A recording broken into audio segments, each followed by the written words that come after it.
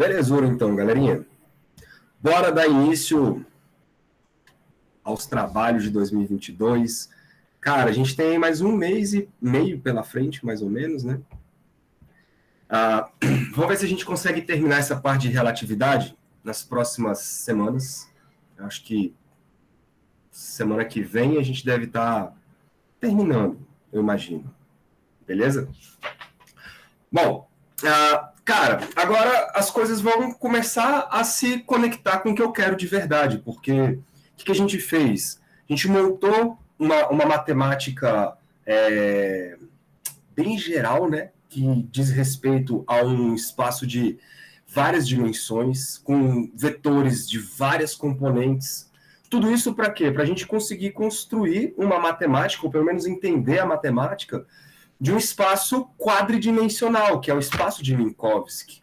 E o espaço de Minkowski, ele é um espaço que tem as 4 dimensões porque a gente embutiu o tempo ali dentro, né?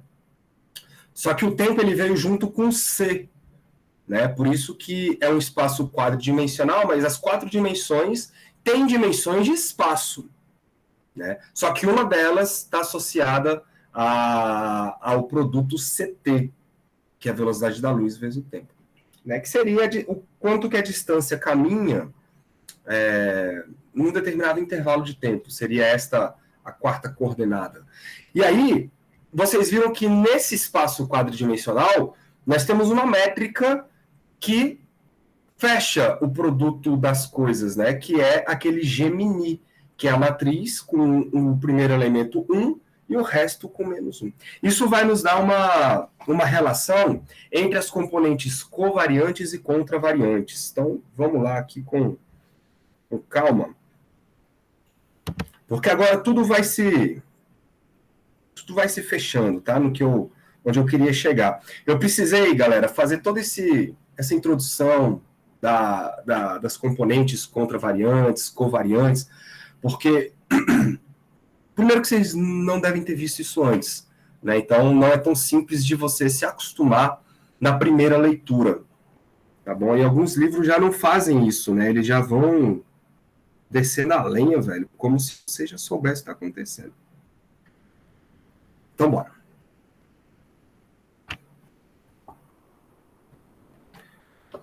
Quadrivetores. Todo mundo aí de baterias renovadas, ansiosos pela 4ª dimensão. Cara, o que é um quadrivetor, então? Ele é um vetor dentro de um espaço de Minkowski que tem 4 dimensões. Logo, ele tem 4 componentes. Legal? Então, os quadrivetores, eles possuem 4 componentes,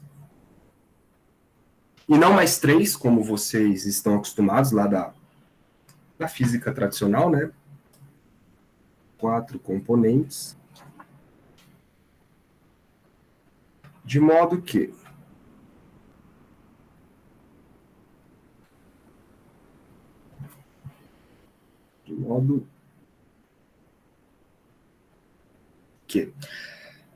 vamos escrever assim, ó.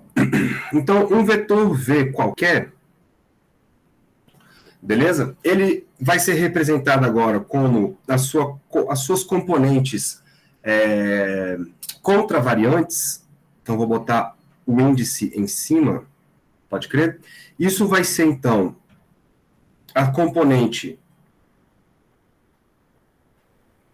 0, a componente 1, a componente 2 e a componente 3. Certo? Percebam que o 0 está associado à componente temporal, então a gente pode reescrever isso assim, ó. Eu posso reescrever componente 0 e as componentes espaciais eu posso colocar da maneira que vocês estão acostumados. Então, eu tenho aqui a componente 0 e as outras componentes, V1, V2, V3, associadas a um vetor espacial, do jeito que a gente já estava acostumado. Ou ainda, eu posso escrever tudo assim, né? Igual usando a anotação da aula passada, eu posso escrever a componente 0 e o restante como a componente i. Beleza? Porque o i vai de 1 a 2. E o índice grego vai de 0 até 3. Tá, então, essa é uma forma de visualizar. A gente separa a componente espacial das componentes... a componente temporal das componentes espaciais.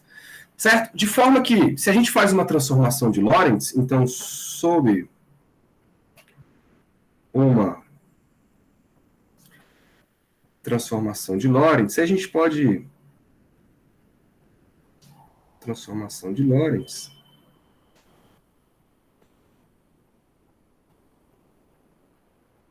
A gente pode, daqui para frente, usar a sigla TL. Beleza? Sempre que aparecer TL, a gente pode usar a transformação de Lorentz daqui para frente. A gente viu como é que esses caras se transformam, né? Porque isso é que é importante aqui para a gente. A gente vai ter a componente VMI, por exemplo, linha, né? Isto vai ser dado por um lambda maiúsculo mi, certo? E aqui a componente que foi transformada, VNI. Legal? Isto é a componente contravariante. Aí, como é que as componentes covariantes se relacionam com as componentes contravariantes? No espaço euclidiano tridimensional, elas são iguais, né? Que vocês viram lá. No espaço euclidiano, o V com índice em cima ou com índice embaixo é a mesma coisa. Aqui não. Porque, olha só, as componentes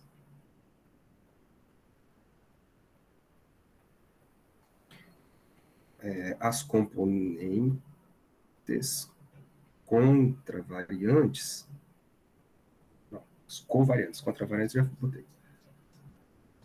Covariantes serão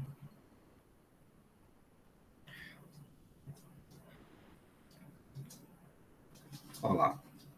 Lembra como é que a gente faz para baixar o índice? A gente usa métrica, né? Então eu posso falar que o G covariante, ele vai ser o V covariante, ele vai ser o Gemini aplicado ou atuando, né, multiplicando aqui no V com índice em cima. Certo? Como é que eu escrevo isso? Deixa eu... Isso aqui tá me incomodando. Deixa eu colocar isso aqui da corzinha diferente. Pronto. Toque, né, velho? Como é que a gente escreve isso, então, de uma maneira matricial, digamos assim? Essas componentes aqui são V0, V1, V2 e V3. Isso aqui é uma matriz.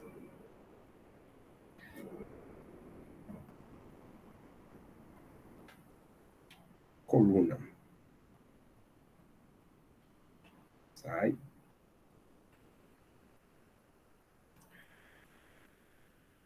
Aí, nós vamos ficar com o Gemini. Sabemos que é 1, 0, 0, 0, 0, menos 1, 0, 0, 0, 0, menos 1, 0, 0, 0, 0, menos 1. Tudo isso que multiplica... Cara, como é difícil fazer as coisas aqui. Olha lá, agora o V0 em cima, V1, V2 e o V3.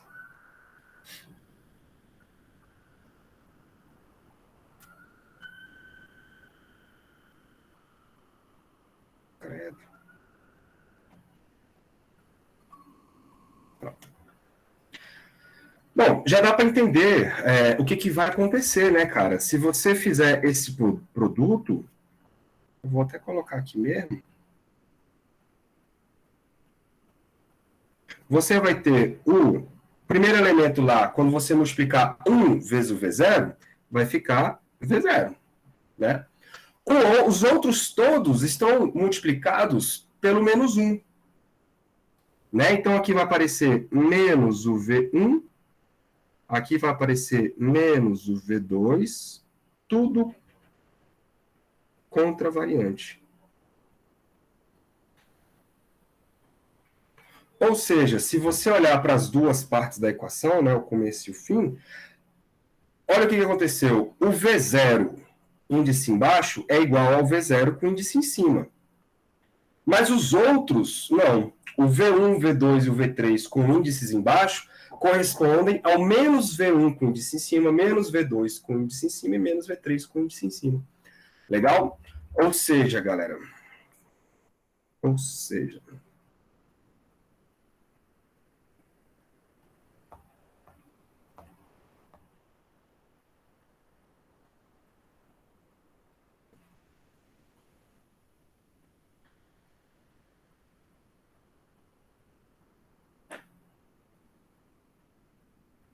Ou seja, o nosso vetor V, então, a gente pode escrever ele da seguinte maneira. Ele vai ter as componentes V0, legal? Se eu quiser escrever ele na forma contravariante, vamos colocar assim, então, na forma contravariante, as componentes do vetor Vmi, vou colocar assim, contravariante, vão ser iguais a V0 e V0, V1, V2, V3, né? Que é a mesma coisa que V0 e o vetor V tridimensional, como a gente conhece. Tá. Quem seriam, então, as componentes contravariantes, ou covariantes, que é embaixo? Aí vai ser o V0 embaixo, V1 embaixo, V2 embaixo e o V3 embaixo. Só que, se eu quiser subir os índices, o que vai acontecer? O que vai acontecer? O meu V0 não muda o sinal, então o V0 sobe aqui, o índice fica 0 em cima. O V1 troca o sinal, então V1. O V2 troca o sinal, menos V2. E o V3 ele troca o sinal também. Só que não troca o sinal é a parte temporal. Legal? Então a gente pode escrever as componentes covariantes como sendo o V0 e aqui o menos o vetor tridimensional. Ou ainda V0 e aqui menos o VI.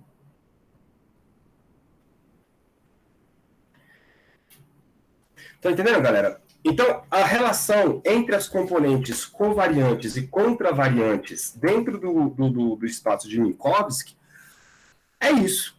A parte temporal não tem diferença. A parte temporal é o zero embaixo ou zero em cima é a mesma coisa. E quando você for subir e descer o índice espacial, você vai inverter o sinal. Beleza? Isso tudo por conta de quem? Por conta da métrica.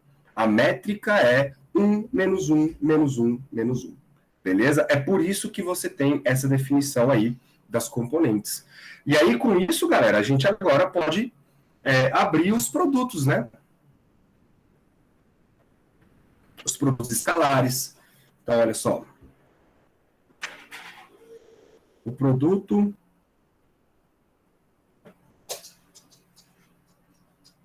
escalar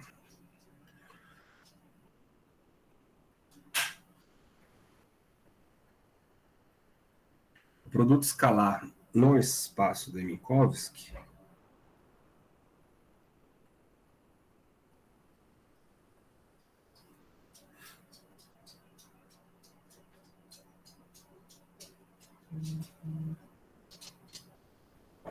O espaço de Minkowski será dado por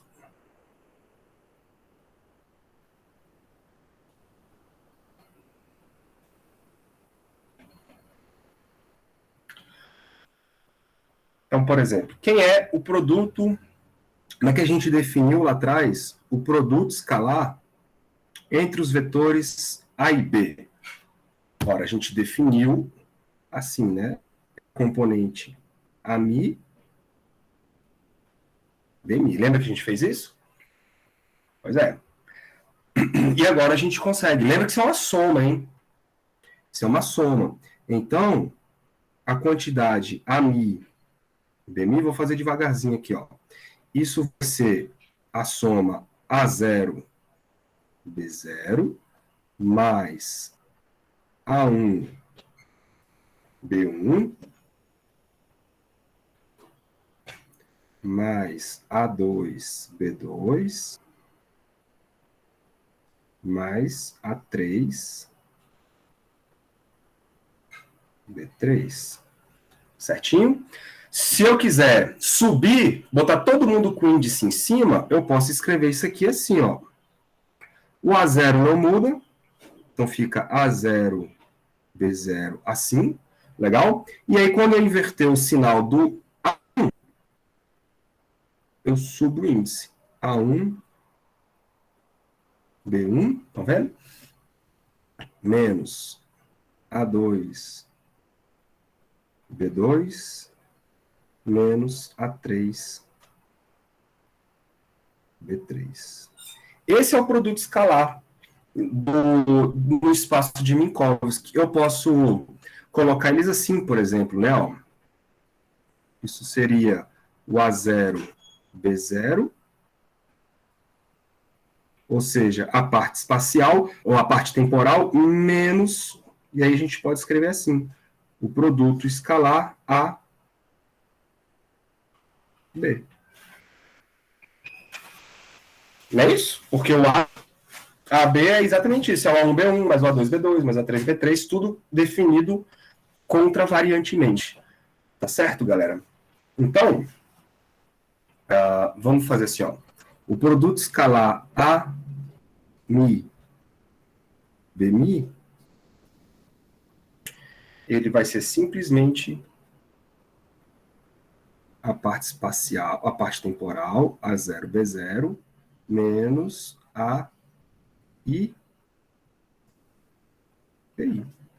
Faz sentido, né? E como é que ficaria um produto escalar de um vetor por ele mesmo? Né? Ou seja, se você quiser saber o módulo do vetor, quem seria, por exemplo, AMI, AMI? AMI, AMI. Ora, isso seria nada mais, nada menos do que a parte espacial ao quadrado, legal? Menos o módulo do vetor A, espacialmente falando, ao quadrado. Faz sentido? E aí aqui a gente tem aquelas mesmas definições lá dos intervalos. Vocês lembram que o ds ao quadrado, ele era definido, então, como sendo o dxmi assim? Lembra disso? E aí a gente definia se era um intervalo do tipo tempo, do tipo luz. É a mesma coisa aqui. Eu vou só reescrever para deixar anotadinho. Então, se o produto AMI for maior do que zero, quem ganha a brincadeira é a parte temporal, não é isso? Então, esse vetor, a gente chama ele vetor AMI é vetor. A gente fala assim, tá, galera? Mas, na verdade, o AMI, eles são as componentes só, tá? Mas aí a gente pode escrever, a gente acaba escrevendo o componente como sendo vetor, mas fica claro do que está acontecendo, né? Então, esse vetor A, ele é um vetor do tipo tempo.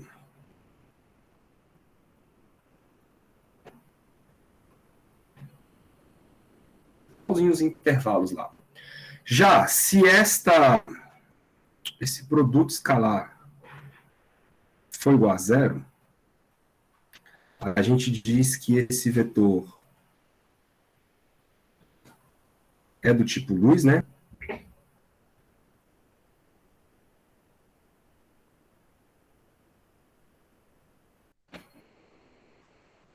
São só classificações, tá? Do tipo luz.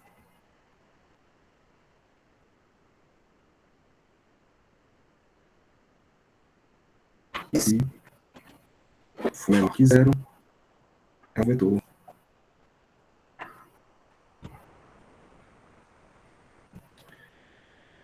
do tipo espaço.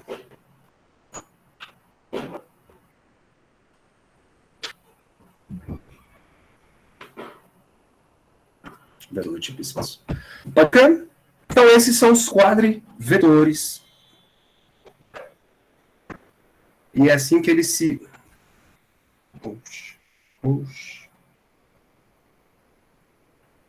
E é assim que eles vão relacionar suas componentes aí no espaço de Minkowski. Bom, aí você pode falar, professor, como é que funciona os quadritensores, por exemplo, né? Porque como é que é um tensor com quatro nessa historinha de quadriespacial? A gente pode também definir esses caras. Deixa eu separar aqui os dois lados.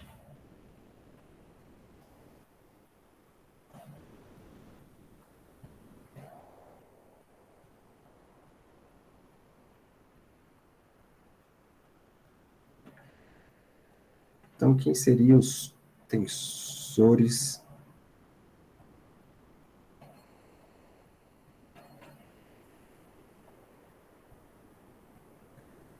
Diante dessa brincadeira. As componentes elas vão se relacionar de um modo análogo, tá? Suas componentes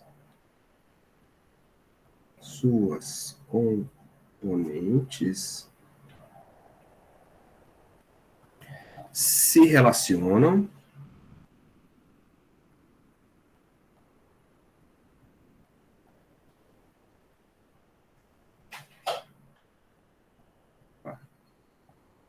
você vem para cá, se relacionam de modo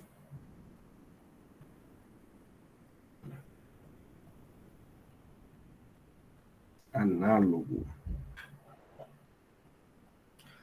Análogo aos quadrivetores.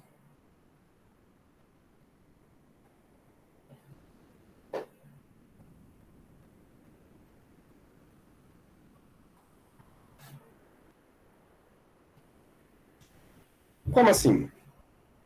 Ó, vamos pegar, por exemplo, vamos pegar um cara assim, ó, um tensor do tipo T,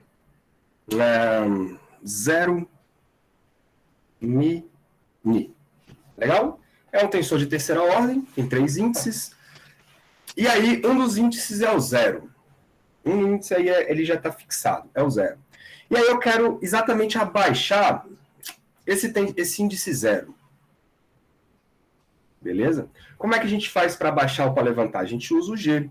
Então eu posso escrever esse cara como se fosse um G. Legal? Aí o zero, por exemplo, alfa. Né? Aplicado então no T, alfa, mi, ni. Tudo bem aí, galera? Então percebam que o G0 alfa, ele bate no alfa e sobe o alfa, só que ele troca o alfa pelo zero, que é o que está acontecendo aí. Deixa eu trocar isso aqui de cor de novo.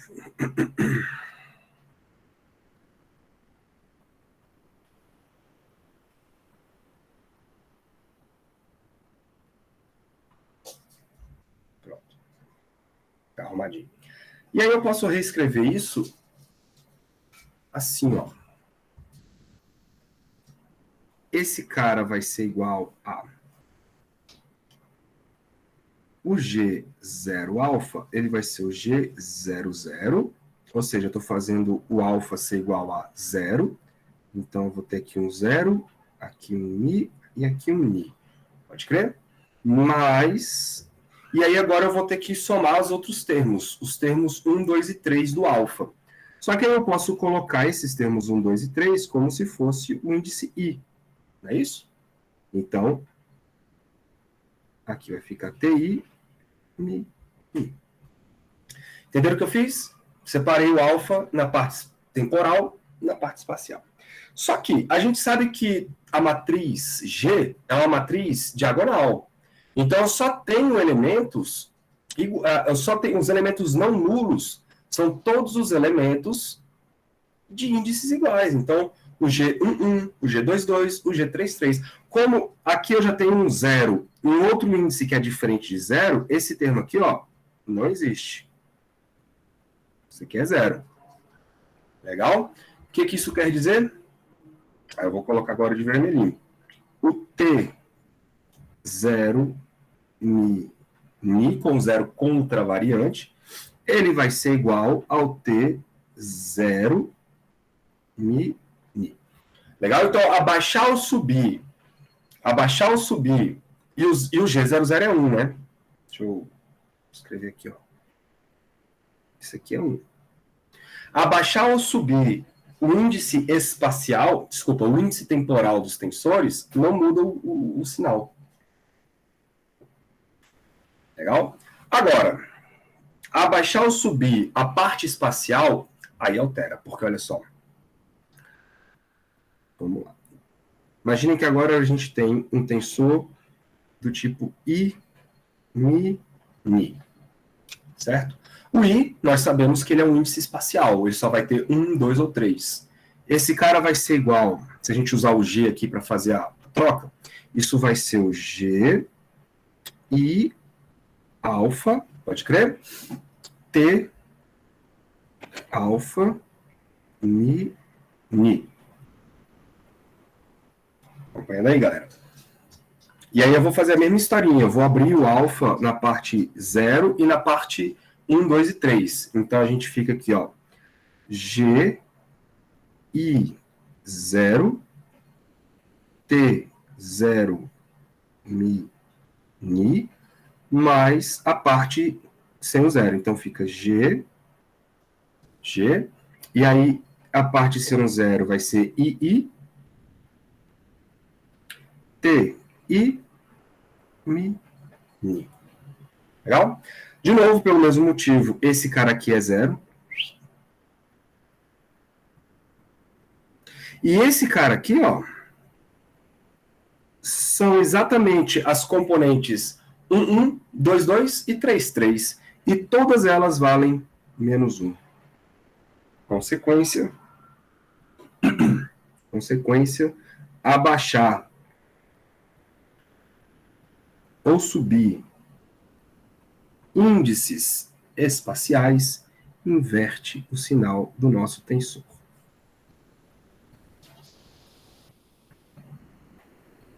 Certo? Por isso que eu falei que se relacionam de forma análoga.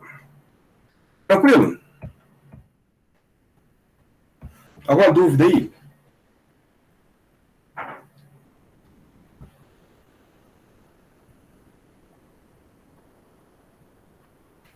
Estão relembrando as coisas?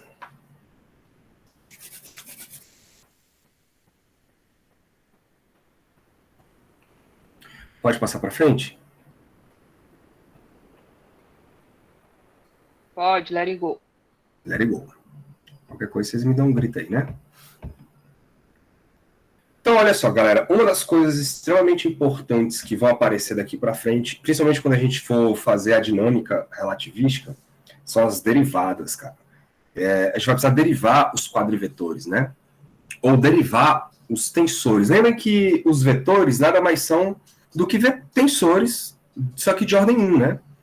Então, vamos aprender a derivar os tensores.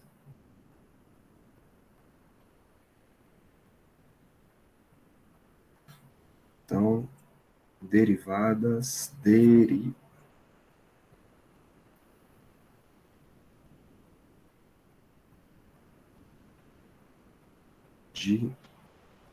vou colocar assim, vetores.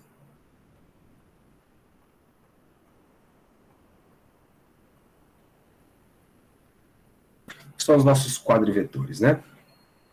Então, vamos pegar, que tudo importa, lembrem que tudo se importa aqui, como que as coisas se transformam. Se eu definir, então, um vetor alfa linha, um V alfa linha,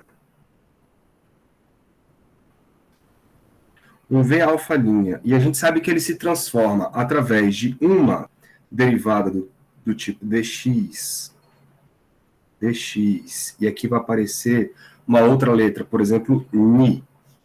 Legal? E aí, como a linha está em cima, aqui a linha também fica em cima, né?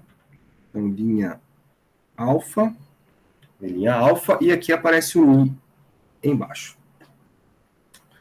A linha vem primeiro, né? Linha alfa.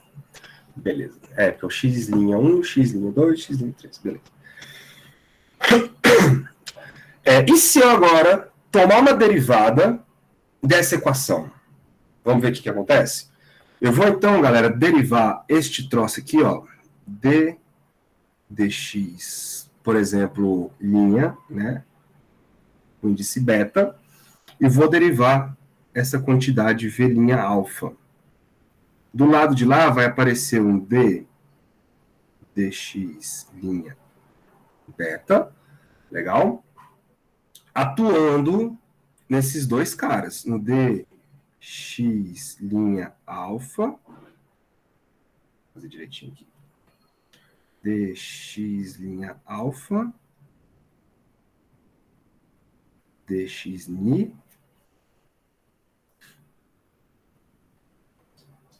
e aqui o v ni.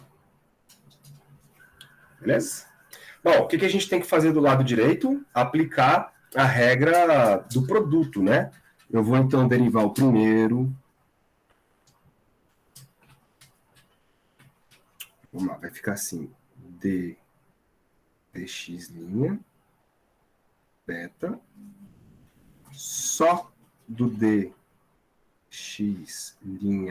alfa, dx ni, vezes o segundo, mais, aí eu vou derivar agora só o segundo, então vai ficar dx' alfa, dx' beta, não é isso não, dx' alfa, dx ni, e aí aqui a derivada do nosso v ni, dv ni, dx' beta, é isso. Muito bem. O segundo pedaço, percebam que a gente está derivando uma componente sem transformar, ou seja, sem linha, por uma componente transformada, com linha. Né? Ou seja, eu estou derivando uma parte sem linha para uma parte com linha. Então, o que a gente tem que fazer aí? A gente tem que aplicar a regra da cadeia, porque essas coordenadas sem linha, elas são funções das partes com linha. Tudo bem? A gente já fez isso nas aulas passadas. Então, eu vou repetir aqui a primeira parte. Dx' de dx' alfa, dx ni, v ni, legal, mais, aí aqui eu vou ter que aplicar a regra da cadeia, legal, em quem? Na derivada do vetor, então eu vou repetir essa primeira parte aqui, ó, dx alfa, dx ni, dx', né, isso aqui é uma linha, dx' alfa, opa, dxni, e aí aqui uma derivada. Por exemplo, vou colocar aí uma componente mi, tá? Então vai ficar ó, dxmi, dx linha beta, certinho? Não é isso? E aí, dxi vezes não, aplicando aqui no veni. É isso. Então, viram o que eu fiz, né? Esse d dx, deixa eu colocar aqui no cantinho o que eu fiz. Esse d dx' beta, ele nada mais é do que o dx mi dx' beta d dx mi. Regra da cadeia. Bom, galera? Nada demais. Nada demais. Bom, e aí, cara, o que vocês identificam? Que a transformação desta quantidade do lado de cá, ela se transformou de maneira estranha. Ela se transformou de maneira que apareceu este termo e este termo aqui. Esse segundo termo, ele é bonito de se ver.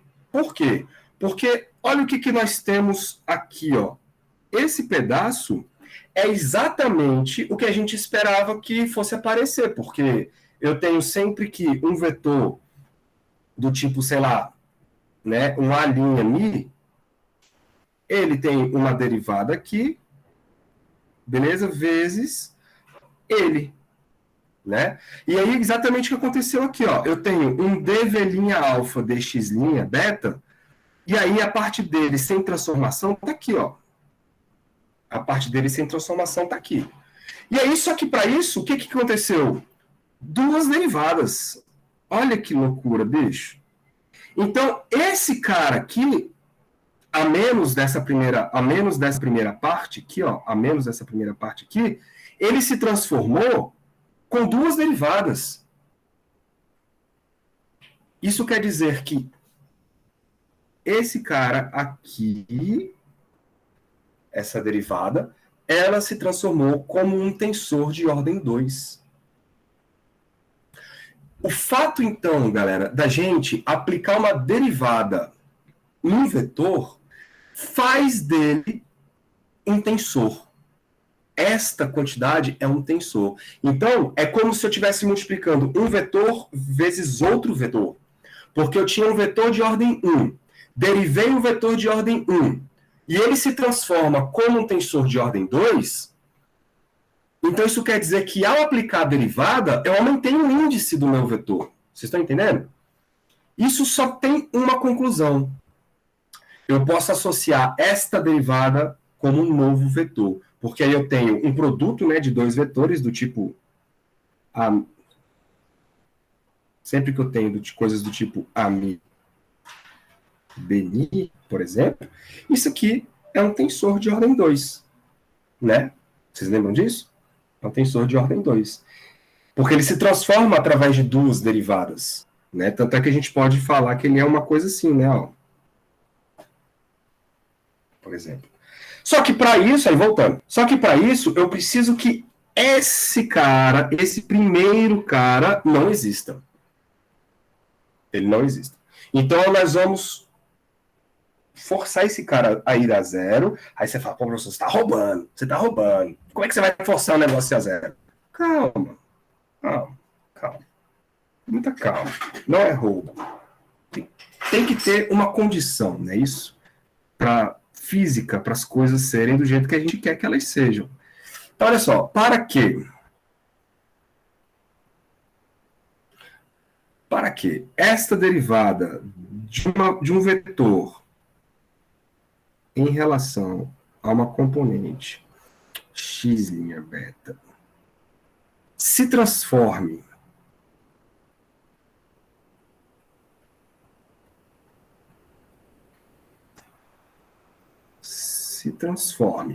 como um tensor de ordem 2,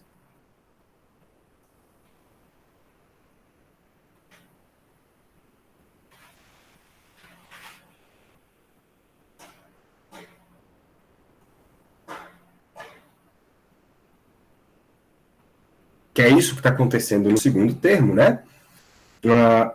É necessário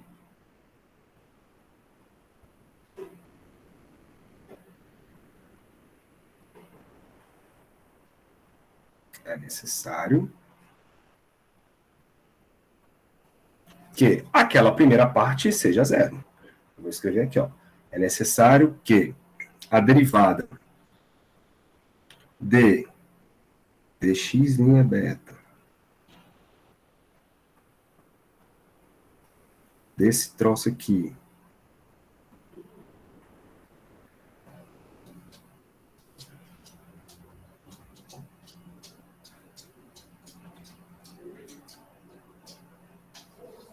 não é isso? Só arrumar esse cara aqui ficou feio. D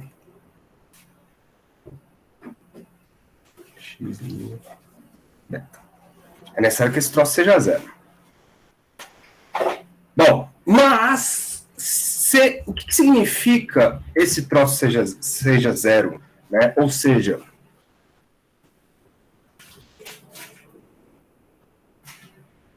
vocês identificam que eu vou colocar aqui de verdinho, ó, essa derivada aqui, ela não é exatamente a nossa transformação de Lorentz que a gente definiu como sendo o lambda alfa ni, né? A transformação, o vetor se transforma de acordo com a transformação de Lorentz. Então, esse cara aqui é a transformação de Lorentz, que a gente viu na aula passada. Alfa ni. Então, olha que doido, cara. O que eu estou escrevendo lá é o seguinte, eu quero que dx' beta desta coisa aqui, ó, alfa mi, seja igual a zero. Mas, ora, se a derivada primeira de uma quantidade é zero, é porque essa quantidade é constante. Ou seja, alfa, lambda, né? De alfa mi, isso aqui tem que ser constante.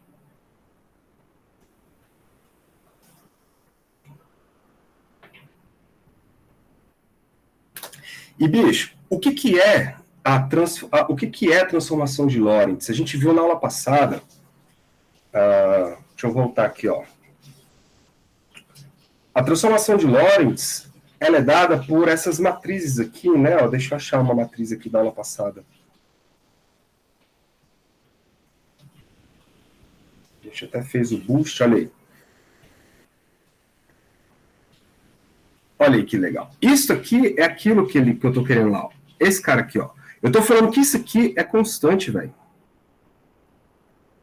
Mas para isso aqui ser constante, é porque, olha o que acontece com todos os parâmetros aí dentro. Só depende do gama e do beta, certo? Mas o gama só depende de quem? Da velocidade do referencial. E o beta só depende de quem? Da velocidade do referencial, porque a velocidade da luz é constante. Então, isto só funciona para o caso onde a velocidade do referencial é constante, que é nada mais, nada menos do que a relatividade restrita, que é um referencial inercial. Olha como tudo se encaixa, galera. Se eu tiver referenciais acelerados, aí o pau quebra. Por quê? Porque a velocidade varia, e aí eu vou ter que fazer uma transformação de Lorentz para referenciais acelerados, e a coisa não é tão simples. Aí é que entra a relatividade geral, que é uma outra matemática. Mas para a gente, aqui na nossa relatividade especial, a relatividade restrita, nós estamos trabalhando no caso em que a velocidade é constante, e isto faz com que essa derivada seja zero, e aí a derivada de um vetor se transforma como um tensor de ordem 2. Olha a coisa toda se fechando, bicho, bonitinho. Se alguém for estudar derivadas covariantes lá para geometria diferencial e relatividade geral, aí vai ter que pegar esse caso onde esse troço não é constante, tá? Porque você vai ter sistemas acelerados. Já é um pouco mais complicada a coisa. Mas você vê que o trem vai funcionando. Então, ou portanto,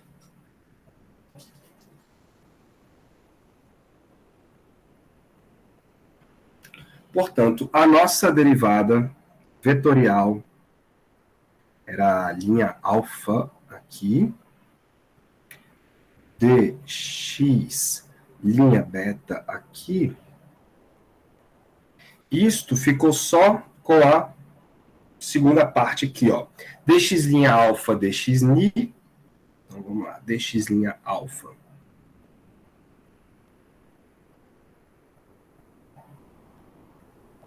dx ni. dx mi, dx' beta.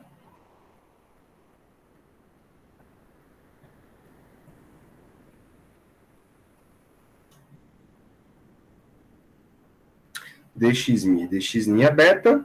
E aí, olha quem apareceu. O dxni, dxmi.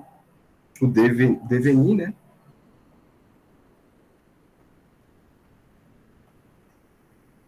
dx. Certo, galera? Só que, bicho, isto, a forma como se transformou aí, vocês lembram como é que se transformava um vetor do tipo assim, ó, t, vou botar os mesmos índices, beta, alfa. Vocês lembram como é que isso aqui se transformava? Vou botar a linha aqui, né? Botar a linha. Como é que essas coisas se transformavam? Se transformavam com duas derivadas, dx, dx, dx, dx, né? A linha aparecia então aqui em cima, era aqui, linha alfa, né? E no outro, o beta ia aparecer aqui, linha beta. Aqui era o T, vamos supor, mini, né? Vamos colocar o T para ficar igual lá. Vou colocar assim, ó. Mi, mi. Certo?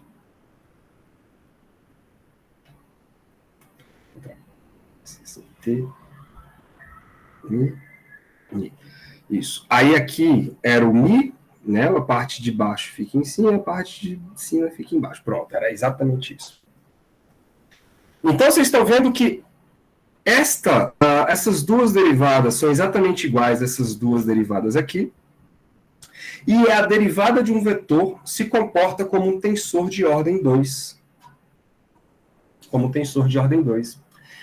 Então a gente pode definir que o fato de você derivar um vetor, como a derivada de um vetor aumenta o índice, essa quantidade, a derivada, ela é um tensor de ordem 2, então a gente pode associar a derivada como se fosse um novo vetor. Tá bom? Por quê? Porque quando eu multiplico dois vetores, eu gero um tensor de ordem 1 mais 1, que era 1 mais um novo que a gente está multiplicando. Então deixa eu escrever isso aqui. Ó. Assim,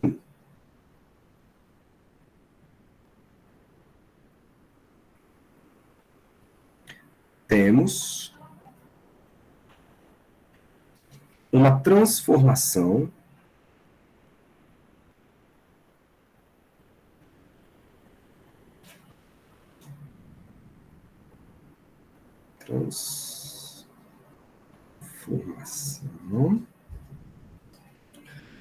de um tensor de ordem 2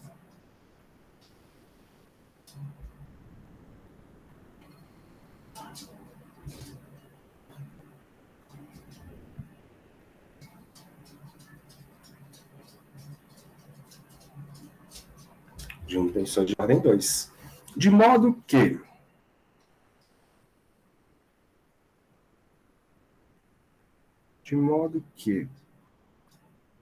né, se é um tensor de ordem 2, podemos definir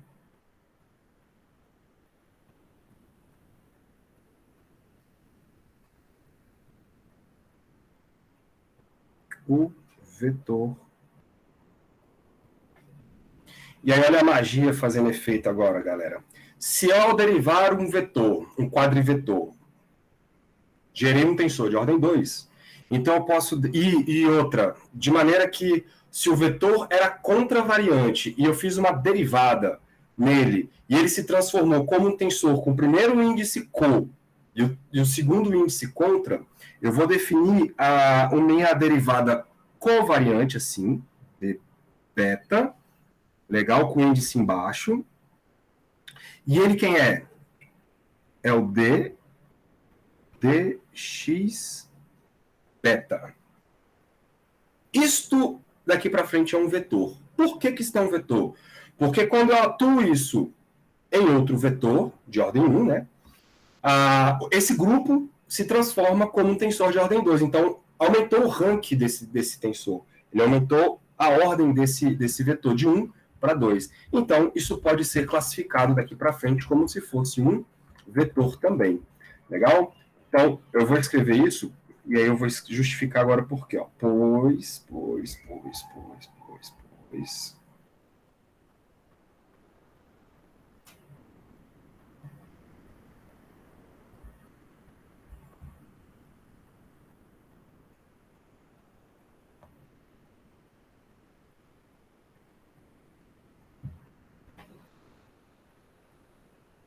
Então, quem seria essa derivada de beta atuando num vetor alfa, só que tudo isto linha.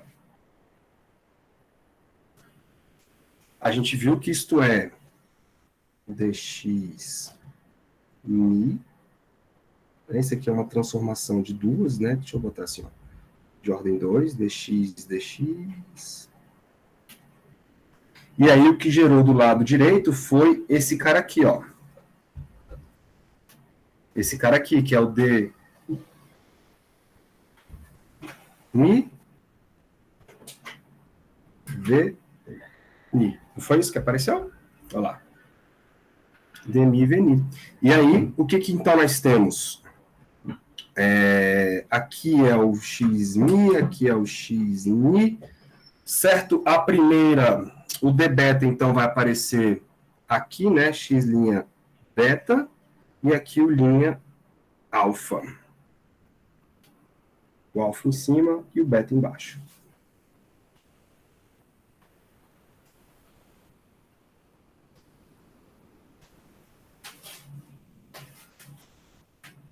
X' beta, X' alfa. Tudo bem, galera? Entenderam o que aconteceu, então? Ao fazer a derivada de um vetor, aí ele acaba se transformando como um tensor de ordem 2. Então, a gente associa a derivada como se fosse um novo vetor, que aumentou o índice, a ordem do nosso vetorzinho, que tinha apenas um. No espaço de Minkowski, como é que isso funciona? Ó, no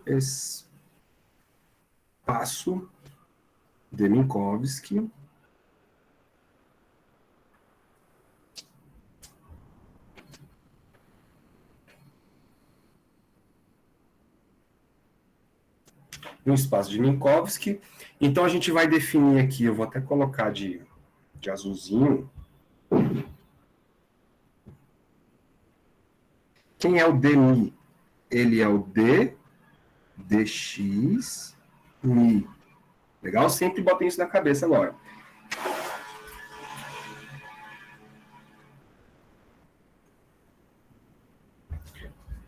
D dx mi. E isto vai ser, como tem 4 componentes, vai ser o d dx0, o d dx1, d dx2, d dx3. Certinho? Só que quem é o x1, x2, x0, x1, x2, x3? Ora, o x0 é o CT. O x1 é o x, o x2 é o y e o x3 é o z. Então, cara, eu posso escrever isso aqui assim, ó. Isso aqui vai ser, na hora que bateu a derivada lá em cima do x0, né? Aqui vai aparecer 1 sobre c d dt.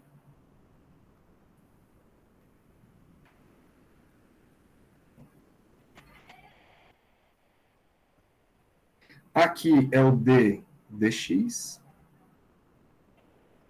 Aqui é o d dy.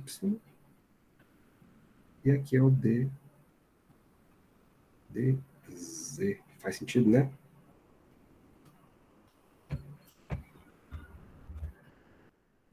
Ou ainda, quem é o operador que junta essas derivadas aí retangulares, né, ddx, ddy, ddz, é aquele operador nabla. Então a gente pode escrever esse troço assim também, ó. O d mi, ele nada mais é um vetor com as componentes temporal, 1 sobre c d dt, né? E aí eu junto todo mundo aqui, ó. Ô, Rara. Fala. Aquela parada do D'Alembertiano lá, que é o quadradinho, ele aparece por aí? Ah, garota. Aham, jazinho. Pode crer. Tudo se fecha agora, né, velho? Tudo vai Muito doido. se tornando um terreno sólido e caminhável. Curte, ó. Quem seria a derivada agora com o índice em cima? Eu posso escrever, agora não preciso mais ficar abrindo tanto, né? Posso escrever assim, ó. Um DNI agora com o índice em cima. Isso nada mais é do que, já sabemos que a coordenada temporal não muda. 1 sobre C, D, dt. E aí agora eu vou ter o sinal contrário das coordenadas espaciais.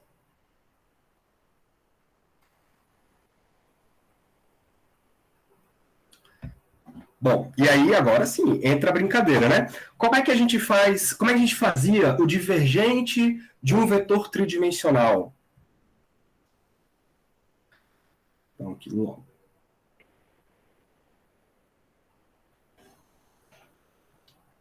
Acho que aí a gente termina essa historinha aqui por hoje. Então, como é que a gente fazia, por exemplo, o divergente de um vetor tridimensional? A gente aplicava esse operador, que era um vetor, lembra? Escalar com um vetor tridimensional. E o que isso dava? A soma das derivadas. A componente x, né? Derivada x da componente x, a derivada y da componente y, e assim por diante. Aqui, a gente vai definir a mesma coisa. Quem vai ser, então, esse cara aqui, ó, dmi, ou delmi, né? A mi.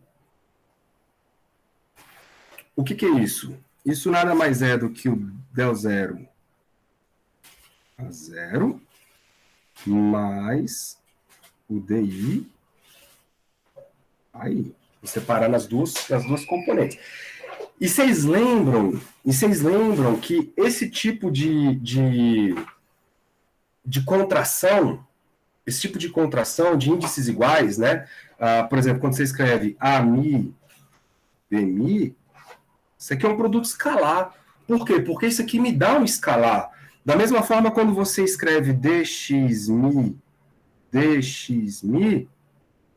isso aqui é um escalar. O escalar não muda. Ele não, quando você faz uma transformação de coordenadas, você não tem mudança desse cara. Então, ele é um escalar. O que é isso? É um tensor de ordem 0. Certo? Se você for fazer a transformação desse cara aqui, ó, se você chamar isso aqui de um tensor do tipo T, mi, na hora que você faz a transformação disso com as duas derivadas, dx, bararará, tu vai ver que esse cara aqui com a linha, ele é a mesma coisa que ele sem linha. Porque os índices são iguais. Porque as derivadas vão ser iguais. Pode crer? E aí, o que vai acontecer? Isso aqui é um escalar. Por isso que a gente não precisa mais colocar o índice mi. né, depois você faz por isso que a gente contrai esses dois termos aí, porque ele se transforma como se fosse um escalar. Então, esse cara aqui também é um escalar. Então, quando a gente atua a derivada de mi num vetor ami, isso aqui tem que dar um escalar também.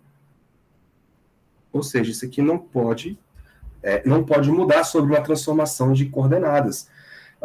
E aí a gente pode reescrever isso aqui assim, ó. Então, dmi ami, o que é isso? Quem é a parte temporal é 1 sobre c de dt, uma derivada parcial do tempo da componente A0, mais, eu posso agora juntar isso aqui no divergente do A. Sem problema algum. Né? E aí agora eu estou generalizando a ideia de divergente, porque isso aqui é o divergente de um campo vetorial, tridimensional. Né? Se você tiver um campo elétrico, um campo magnético, enfim, isso aqui é o divergente dele. Agora, tudo isso aqui, então, vai ser a generalização da divergência de um campo vetorial com 4 componentes. Divergência de um quadrivetor.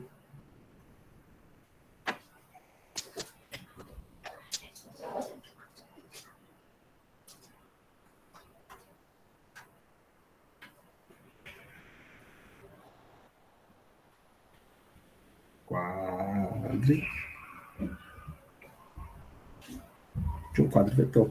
Olha que bonito. Então, esse é o divergente de um quadrivetor. Como é que eu calculo o divergente de um quadrivetor elétrico? Você faz dmi de um campo magnético. Dmi. Pronto. Professor, existe quadrivetor magnético? Sim, garotinho. A gente vai ver isso já. Segundo, agora atendendo aos anseios da dona Vitória. O que seria, então, o produto dmi delmi? O que seria esse troço? Ora, isso aqui vai ser D0 del 0 mais del I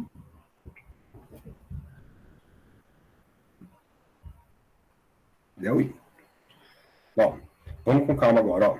Isso aqui vai ser... vamos subir o índice do segundo. Vamos subir o índice de todo mundo. Vou subir o índice aqui, não muda. D0. D0. Aqui eu mudo o sinal. Então, I em cima. I em cima. Beleza? Subiu o índice do primeiro. Isso aqui vai dar, então, 1 sobre C ddt duas vezes. Então, isso aqui vai ficar 1 sobre C ao quadrado. Legal? E agora uma derivada segunda em relação ao tempo. Uma derivada segunda em relação ao tempo, menos... E aí eu vou ter uma soma aqui, né, das derivadas segundas das componentes D2, dx2, mais D2, dy2, mais D2, dz2. Legal? Ou, se a gente preferir, a gente escreve assim, ó.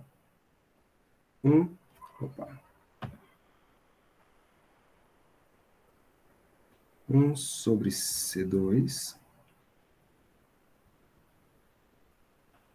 D2 dt2 menos, percebam que as derivadas segundas somadas dessa maneira é exatamente o laplaciano.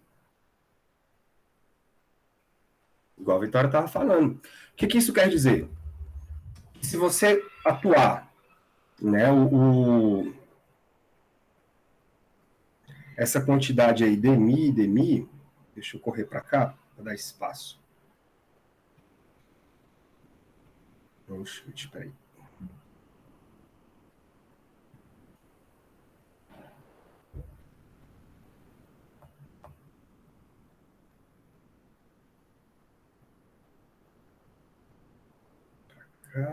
Eu quero você vermelho.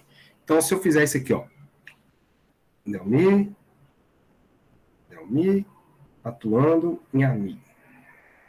Né? Que diabos é isso? Isso nada mais é do que 1 sobre C D2 DT2 menos o Laplaciano. Tudo isso atuando na nossa componente, nosso vetor Ami. Né? E aí, o que aconteceu de novo? Uma generalização, porque esse cara aqui é o famoso Laplaciano.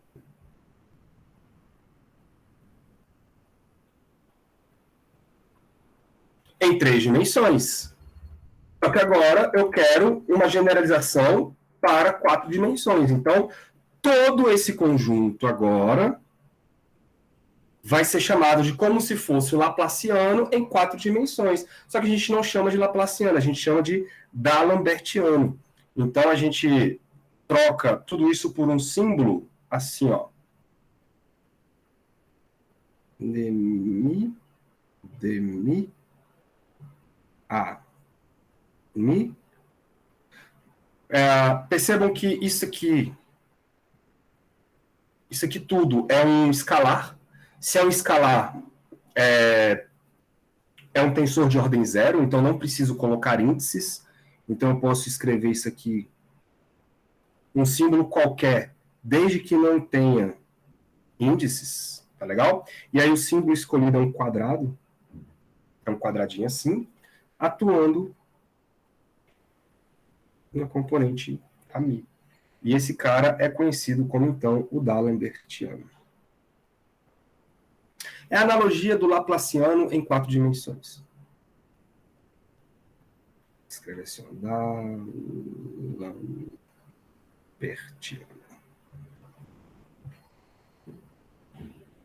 Mas tem um negócio que esse quadradinho aí fica igual um Laplaciano, com tipo elevado ao quadrado, não tem? Não, existem alguns livros que eles, inclusive é erro de digitação, eles colocam um quadrado, um 2 em cima do quadrado, né? Essa anotação é equivocada. Essa anotação é equivocada.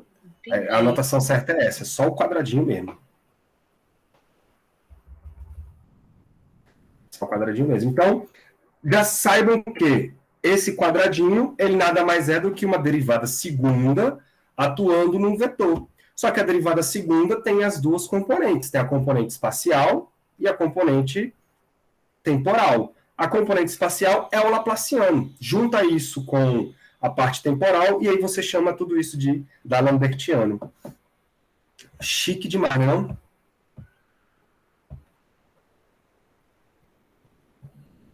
Chique demais.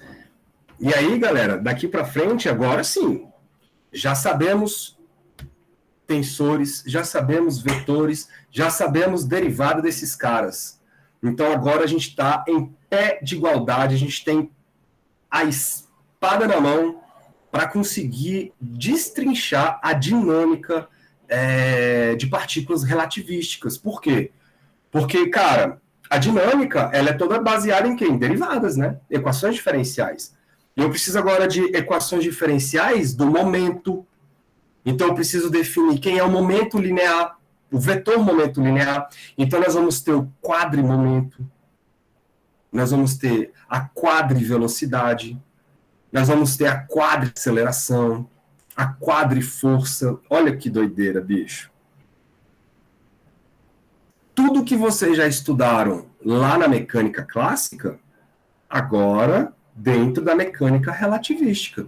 Só que os vetores agora são vetores com 4 componentes. Então a gente vai precisar definir os vetores associados às grandezas físicas, momento, velocidade, aceleração, a componentes com 4 componentes. Uma associada à componente espacial, temporal, e as outras 3 à componente espacial.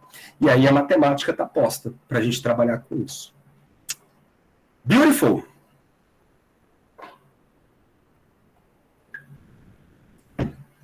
Beautiful demais. Alguma dúvida, galera? Como é que tá aí?